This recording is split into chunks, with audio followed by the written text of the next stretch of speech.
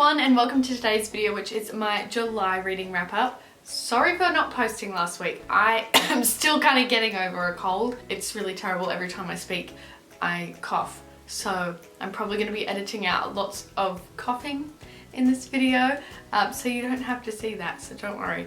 But I do have 6 books to talk about for this month, and majority of them I did read on my Kindle because I was traveling a lot throughout the month of July. But the first book that I have to talk about is one that I read at the end of June, but I didn't get to mention it in my June reading wrap up, so I have to mention it now, and that is Fix Her Up by Tessa Bailey. It was good. It was really good, and I don't know what I was expecting. I can't remember what the last Tessa Bailey book that I read was the golf one. I've forgotten what it was called. Fangirl Down. And I liked that book, but I just think I didn't enjoy that as much as some of the other Tessa Bailey books that I've read because I'm not a huge golf fan. But this one, really enjoyed. I thought it was very strange in the professions that the main character had. The guy was an ex-baseball player, which, I mean, that's fine. But the girl, what was her name? Georgie, I think? I believe. Look, I swear I never remember. Oh yes, Georgie. Maybe I do remember. Okay. She was a birthday party clown, which I've never seen before in a book. I mean, a birthday party clown, like that was her job, and then she was trying to turn that into like a career. I just thought it was so strange, but I love when they have like weird or obscure jobs in a romance book because I just think it just adds a little element of fun. And that was definitely fun, like a birthday party clown. Who knew? However, it was different from what I was expecting this book, because from the cover and the title, I don't know why I was expecting them to be like renovating a house. And although there is some home improvements mentioned throughout the book, it wasn't a main part of the story. Georgie's family does own like a flipping business, house flipping business, so that is talked about, but I just thought like they were going to be doing up a house together. Not that that is like a huge thing. I mean, I didn't read the blurb before going into this book because I just assumed it would be about house flipping. It wasn't, but it was still really enjoyable, and I ended up giving this 4 stars. This is Brother's Best Friend, so it was good. Also, another thing, I really liked the friendships in this book, like Georgie. I mean, I don't know if you would call it a friendship because the main one is with her sister, but she wasn't super close with her sister before the events of the book.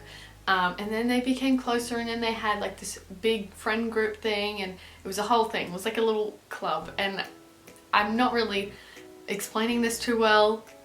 A club, it was like a women's club, right? I liked the little female friendships bit, and so that was really good.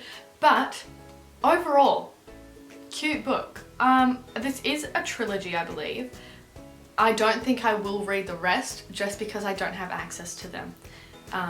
I don't think they're at my library, and I rarely see these books at the shops, so if I ever find one out somewhere, I might pick them up because like I did enjoy it, and I would really look forward to reading more about that little friend group that I mentioned, because I think the second book, yes, the second book, Love Her or Lose Her, is about one of the friends that Georgie and the sister made, and I think that's going to be like a second chance romance, because they're married but they're not going too well. And then the next one, the third one, last one, Tools of Engagement, I believe is Georgie's sister. Yes, so I feel like if I do see either of those books out anywhere, if I'm book shopping, I probably will pick them up, but as of now I can't continue the series. I'm not going to go out of my way to order them, but if I do see them, I'll be excited to continue this series. The next book that I read was the first of the many small town romance books that I read in July. This one is Irresistible by Menally. I'm switching around the letters, sorry, Melanie Harlow. I was going to say it again, Menally. No, Melanie. Got it. Anyway, Irresistible by Melanie Harlow. It was really good. I liked it. So this one follows our main character. I'm trying to remember her name. I feel like I can do it. It's like on the tip of my tongue, but I can't do it. I just want to know what her name is. Oh, Franny. She is working currently at her family's wedding business. They have like this farm and they hold functions, weddings primarily. And she's also a baker. I mean, not professionally, but she does bake, and she does bake for the wedding business. Oh, yes. No, I guess professionally. I just love when they talk about food in books, especially like a little sweet treat. And she makes macarons, and I was just wanting one the whole time, and I'm not really a fan of macarons, but it just sounded so good. But this, besides from the bit that she bakes and she works at her family's wedding business, she's also a nanny to these 3 girls, and a single dad, that's the trope in this book.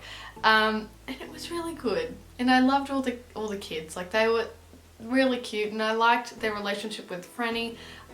It was just really good, and I loved this book. I am so excited to continue this series because it is quite a big series, although don't know when I'll get the chance to, because again, I don't have Kindle Unlimited, so I don't have access to all these books. But once I read my physical TBR, I will consider getting Kindle Unlimited again.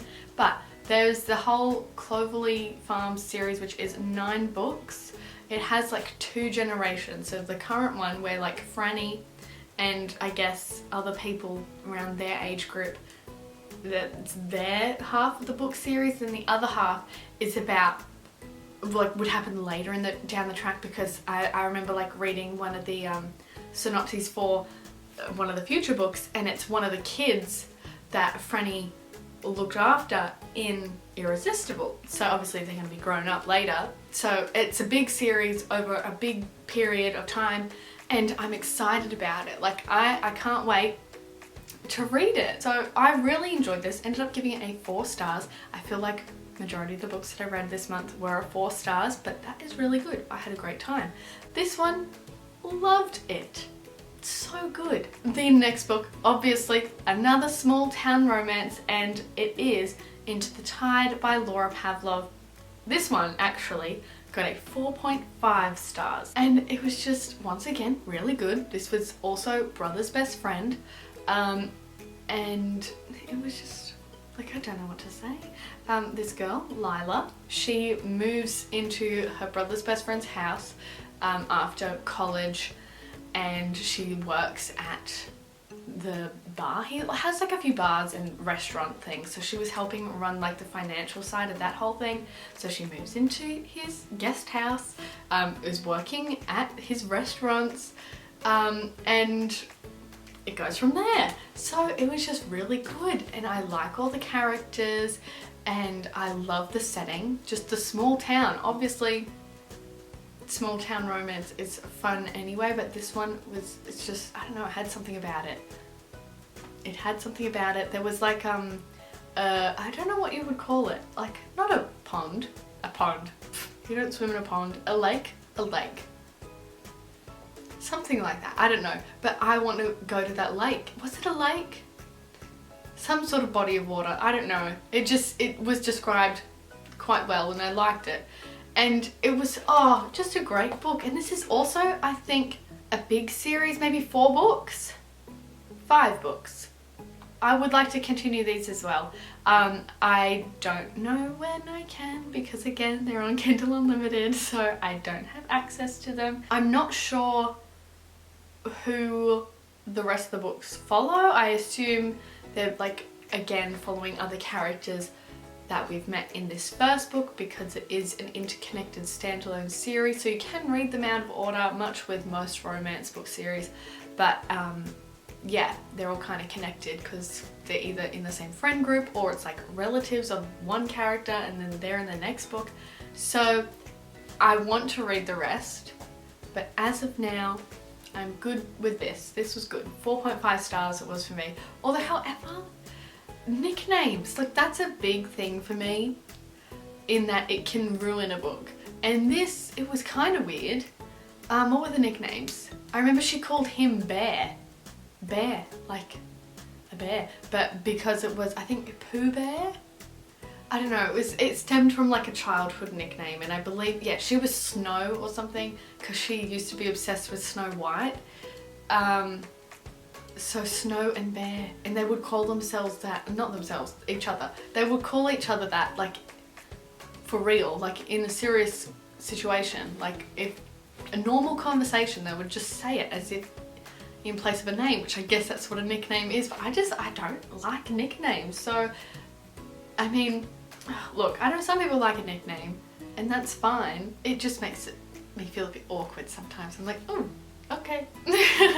So, yeah, otherwise, 4.5 stars, great book. Don't know about the nicknames. That always ruins stuff for me. I don't know if you're thinking what I'm thinking, but I'm thinking back to By a Thread by Lucy Score. That's one where I've complained about the nicknames before, which is so, I'm going on a tangent because it's so unrelated to this video now, but like, they called each other Charming and Maleficent. So I really did not like that book just because of that aspect. But anyway, we're not talking about that anymore. Next book is The One by Kira Cass. This is the last book in the main bit of the selection series. There is 2 more, I think, but they're like set down the track, and I don't really care about them. As for this, I don't really care about this either. I might have liked it more if I did read it directly after The Elite. I read The Elite in December, I believe, so it's been a while, 6 months, 7 months. It was just questionable at best. As for conclusions of a story, it was very predictable. Obviously, the one, and she's in a wedding dress, so you do know what's going to happen. The stakes didn't seem as high, and I just didn't really care. Like, obviously things were happening. There was one bit where, like, I don't know, it's a dystopian book series. I haven't really like mentioned what this is about because it's the 3rd in a series, but it's a dystopian series. The first one was kind of like a dystopian bachelor. So there's this prince, and he has to pick a whole bunch of girls, and then they're competing in like a bachelor contest, and then whoever wins gets to be the next queen or something. I don't know.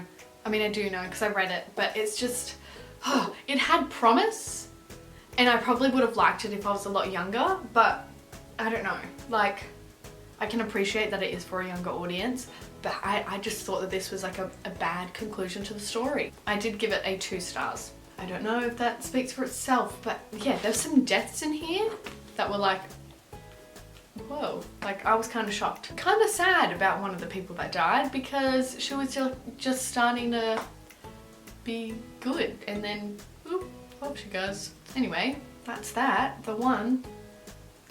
It was an ending. A great one? Maybe not, but it was an ending. And then the next book that I read, I went back to my small town romance books, and I read Off to the Races by Elsie Silver, and this is my first Elsie Silver book. Obviously quite popular for the Chestnut Springs series, which I do have the first 3 books of on my bookshelf. Haven't got to it yet. I thought I should start with this series first because it was her first series, so I thought, let me read them in order. Although I don't have the rest of this series, so I've started this even though I have the other 3 that are in the other series. I've complicated things for myself because now I feel like I can't read the Chestnut Springs series until I read all of this, but I enjoyed it. I really liked it. Also, who knew it was set in Canada?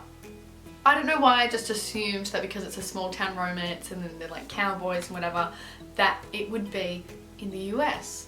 But no, we're in Canada, which, I mean, makes sense. There's cowboys everywhere, I guess, but Canada. I think she's Canadian, that's why. But as for this, it was very horse-centered, as you can see, Off to the Races, racehorses. Our main character, trying to remember her name, is it Willa? No, Billy. Billy. Why did I think it was Willa? Is it not? Oh, no, because her name is Wilhelmina, but it's also Billy, but she goes by Billy primarily in this book. Yeah, Billy. Billy is like a horse trainer, I think. And she goes to Gold Rush Ranch, I believe it's called, and she's trying to train this racehorse who is not really good with people, and he's just not going too well. No one can ride this horse, so she's trying to like getting more comfortable with the idea of, I don't know, being around people, because he's quite a cranky horse, and she is doing that. And then of course the romance part, we have the guy who like runs the ranch. He's rich somewhat, I guess. Yeah, no, I think he is rich. He used to be, I don't know how it works. I think his grandpa owned the ranch.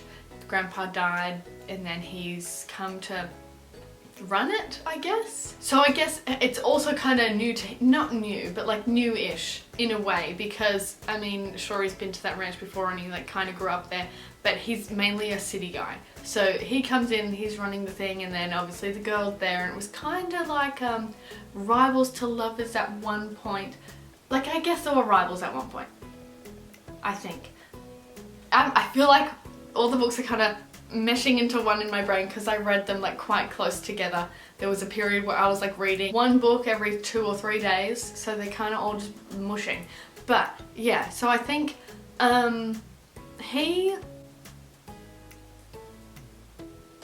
anyway, what was I saying? I can't actually remember what my point was there. Anyway, they're the people that are in the romance in this book, and I liked it. I didn't think it would be so horse-centered, although I did end up liking that. I used to like horses a lot when I was little. I used to read the horse non-fiction books at the library at school. I was one of those people. But yeah, it was interesting. It was good. I enjoyed it, and I thought the romance was cute. I think I ended up giving this a 4 stars. That is correct.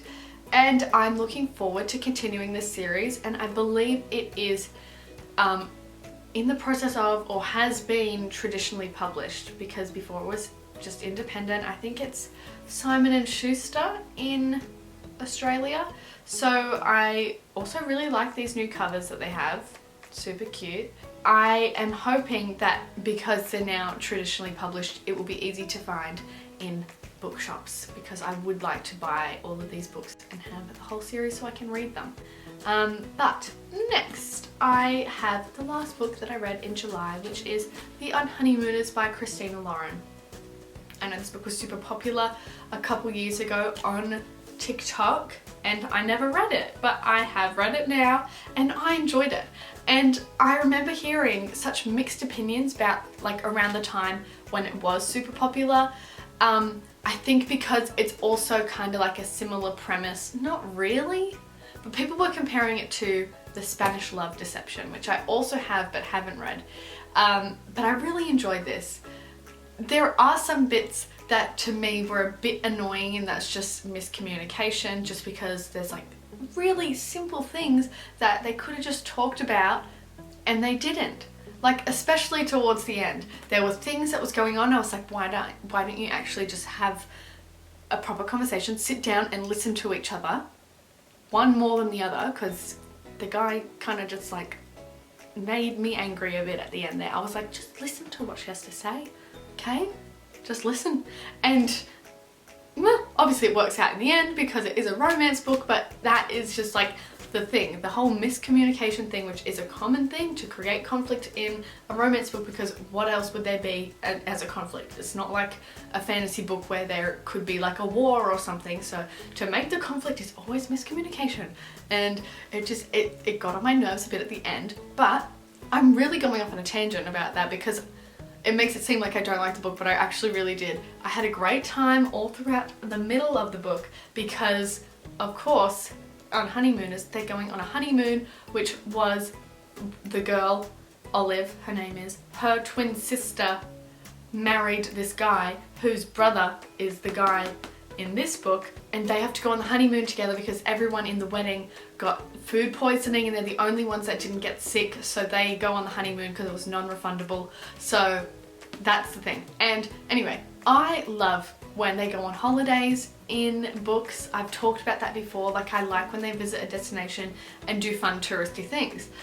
Here they went to Hawaii. Recently I read Love Unwritten and they went to Hawaii again, and I just love that. It's so fun. I love a tropical beach fun holiday setting, and that is what we got here. Like, they went snorkeling / scuba diving, they went and saw the sunrise, and it was cute and I loved it, and now I want to go to Hawaii. Another thing I should mention, that because the main plot reason of like why they had to go on the honeymoon was because of the food poisoning, that was like a big bit. Like I am someone who has emetophobia, right? Fear of, yeah, it was discussed a lot. It was discussed a lot in this, and it was disgusting. Like a fair few pages of everyone sick at the wedding. Like it happened at the wedding, minutes after eating, and everyone was sick, and I was like, oh, it was not good. But the rest of the book, good, liked it. But just a warning, if you also like me would be shocked at that kind of thing, just beware. I mean, I probably should have known, because I did know that that was the reason that they had to go on the honeymoon was, but I don't know, it freaked me out, so just beware. But otherwise, I gave this a 4 stars, and I am quite excited to read more books by this author in the future. They're 2 authors though, Christina and Lauren. If you didn't know that, that's a fun fact. I feel like lots of people just don't register that that's 2 people. But there you go, Christina, Lauren. I'm actually meeting them in about 2 weeks. So exciting, woohoo! But those were the books that I read in the month of July. I'd love to know if you've read any of them. What did you think? Or if you haven't, I'm always interested in what you guys are reading, so make sure you put that in the comments as well. And as always, don't forget to like this video if you enjoyed it, and subscribe down below so you don't miss any new videos from me. I do post every single week, so you don't want to miss any new videos. And also my other social medias are linked in the description box as always. And that is it for today. So thank you again for watching, and I will see you next week. Goodbye.